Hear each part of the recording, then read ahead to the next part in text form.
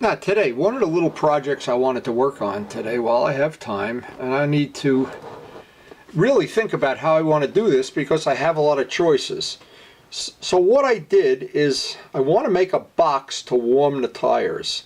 Now what I did, I bought a piece of, this is I think 3/4 or 1 inch styrofoam that's got tinfoil insulation on one side, and it's got a very high R rating, which means it should make a really good oven.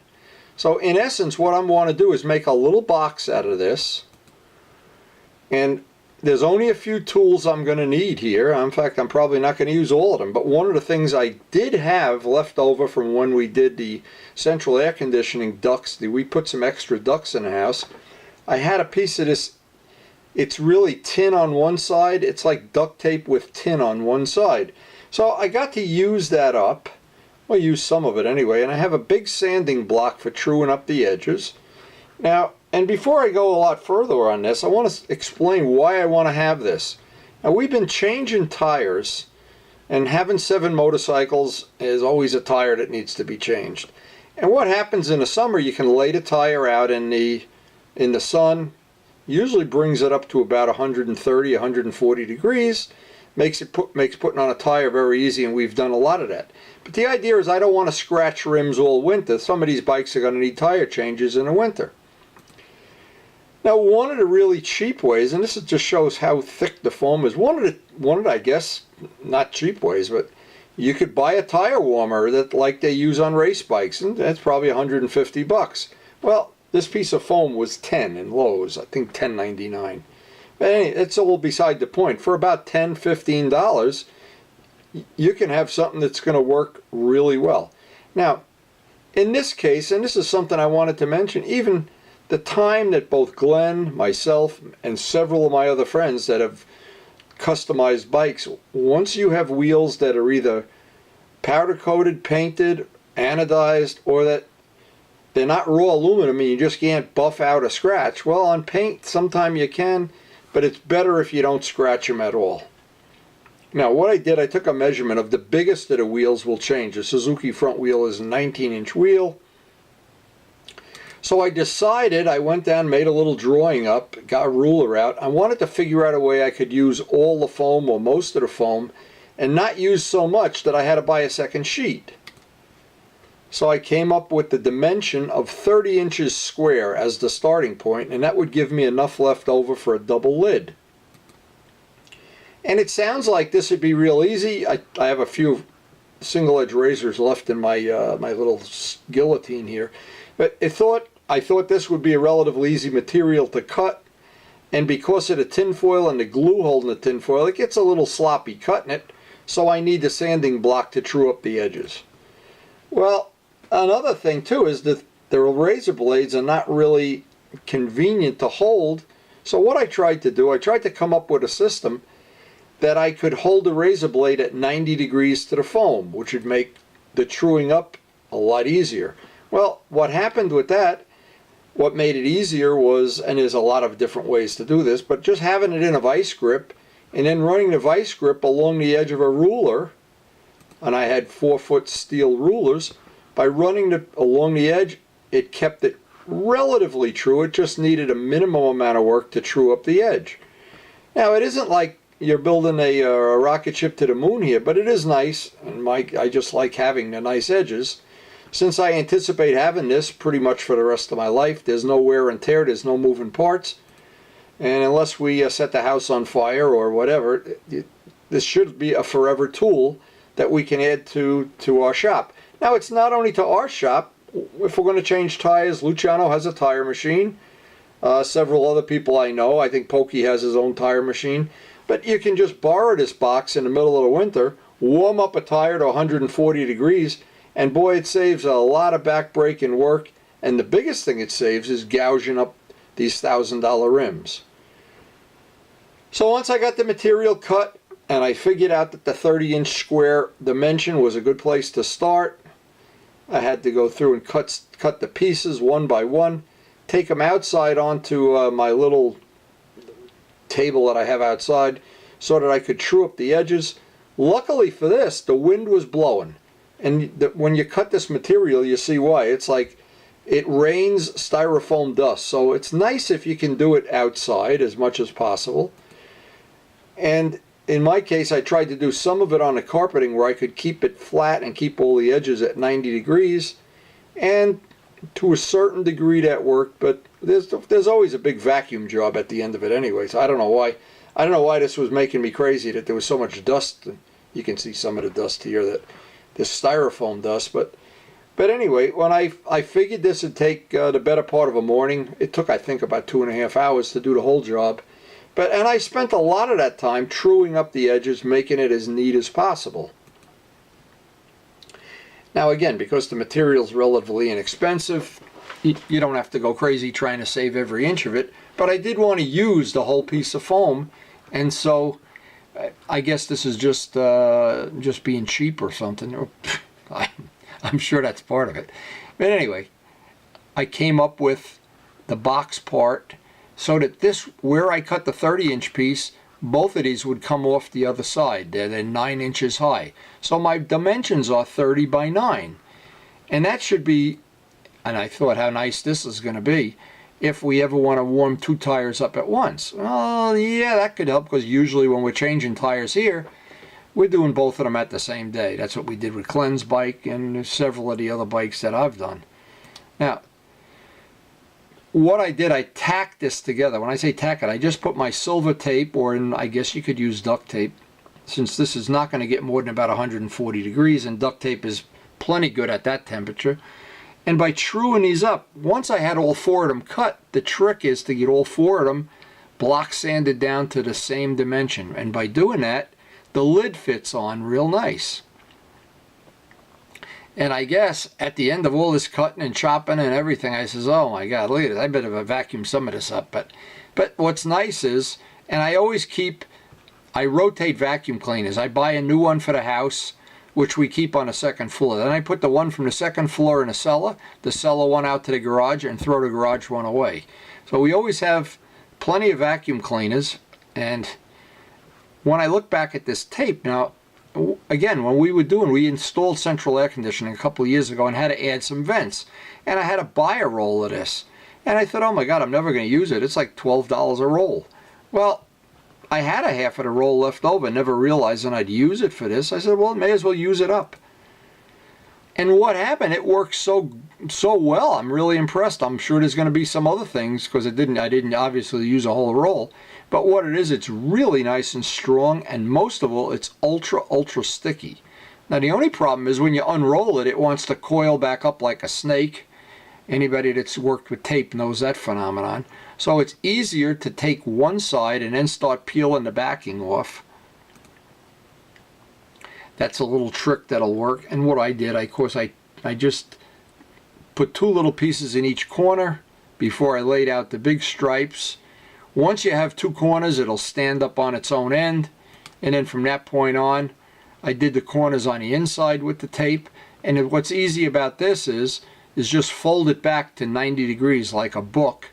Put one side down and then flip the other side up. That seems to work pretty easy. And it goes right back down into the corners. And actually, once I started working with the material, about 20 minutes into this, I realized this is going to be a piece of cake. I was thinking this would be a lot more of a job than it turned out to be. And actually, when I was all done, even the corners and edges looked reasonably nice. And they don't have to, of course. This can look, pretty sloppy as long as it holds the heat in. Now, anybody that's never made a box like this, and I've made several, and I have one that's an oven for curing model airplane parts. Once you put a light bulb in a box that has tin foil on all sides, virtually no heat escapes from the bulb. And you can watch that temperature go up. People don't understand how warm a light bulb gets. In a matter of 15 to 20 minutes, it'll be 150, 200 degrees, depending on how big the bulb is. So I'm going to, somewhere in the scheme of things here, just monitor what goes on. I don't want to turn it. I think the ideal temperature is about 140 to 150 degrees. And any tire I've tried to mount at that, I can mount it barehanded without tire irons. A piece of duct tape on one side and your tire just goes right on. As opposed to either the tire iron method, which almost always even if you use the little rubber things, it gouges up some rim sometimes. Or it just gets to be a backbreaker. I mean, we tried to put a cold tire on at Luciano's one time, and both of us were leaning on the bar, and because the tire was frozen cold, and it's even worse if it sits outside before you do it, if it sits in the back of your car for an hour. But anyway, I'm convinced this heat box will have more uses, and I even think using it in the summer if I wanted to do a tire in the evening or when the sun isn't bright or on a rainy day. This gives me, for 10 bucks, 15 bucks, gives me a lot of choices, a lot of flexibility, a lot of possibilities. Now, at this point, I got the box framed out. It's taped together. I got all the seams inside done, and it's relatively strong. Now, another thing this box will be very handy for, if we make, and I don't know that we will, if we make any carbon fiber parts, any heel guards, any muffler parts, any of the little things that you need to post-cure, it'll be very easy. If it doesn't fit in the oven that I already have on the wall of the garage, I think they'll fit here. Or the beautiful part is we could just make a bigger oven and use 2 light bulbs or 3. I have 3 light bulbs in my big oven. And if I put 2 on, it'll go to 180. With 1 on, it'll go to 150.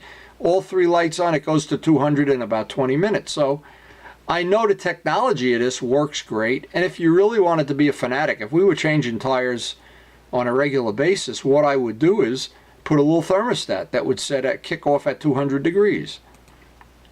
And my friend Doran, who made a lot of molds that needed to be post-cured years ago, we were making model airplane propeller molds, and we had to have the mold, the post-cure box had to be as big as the mold. So it really got to be a little labor intensive, but if you're making hundreds of parts, that's fine. In this case, I'm thinking 1 tire every 2 months, but you never know. And what it does, because we do project bikes in the winter, you never know, in the course of a week we might do 6 tires. You never know that. Anyway, now with the 2 pieces left over, 1 piece I trimmed to fit exactly right in the box, and you can see it made like its own little step here. So it's going to make, I think, a relatively tight seal. Again, it doesn't have to be airtight. In fact, we'll leave a little vent hole somewhere so we don't build up pressure inside.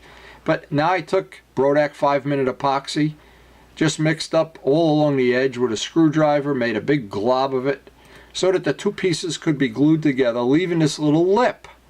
Now the inside part fits right around the edge of the box. The outside part is just a lip so you can grab it and open it up and take it apart or whatever.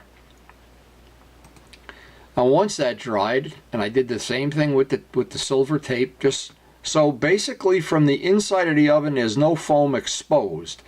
Everything is exposed with this tape. And by the way, some of the carbon fiber mufflers that I've repaired, when I've taken them apart, inside what the people do is they put tin foil inside the carbon fiber. They put this kind of material inside the carbon to prolong the life of the carbon.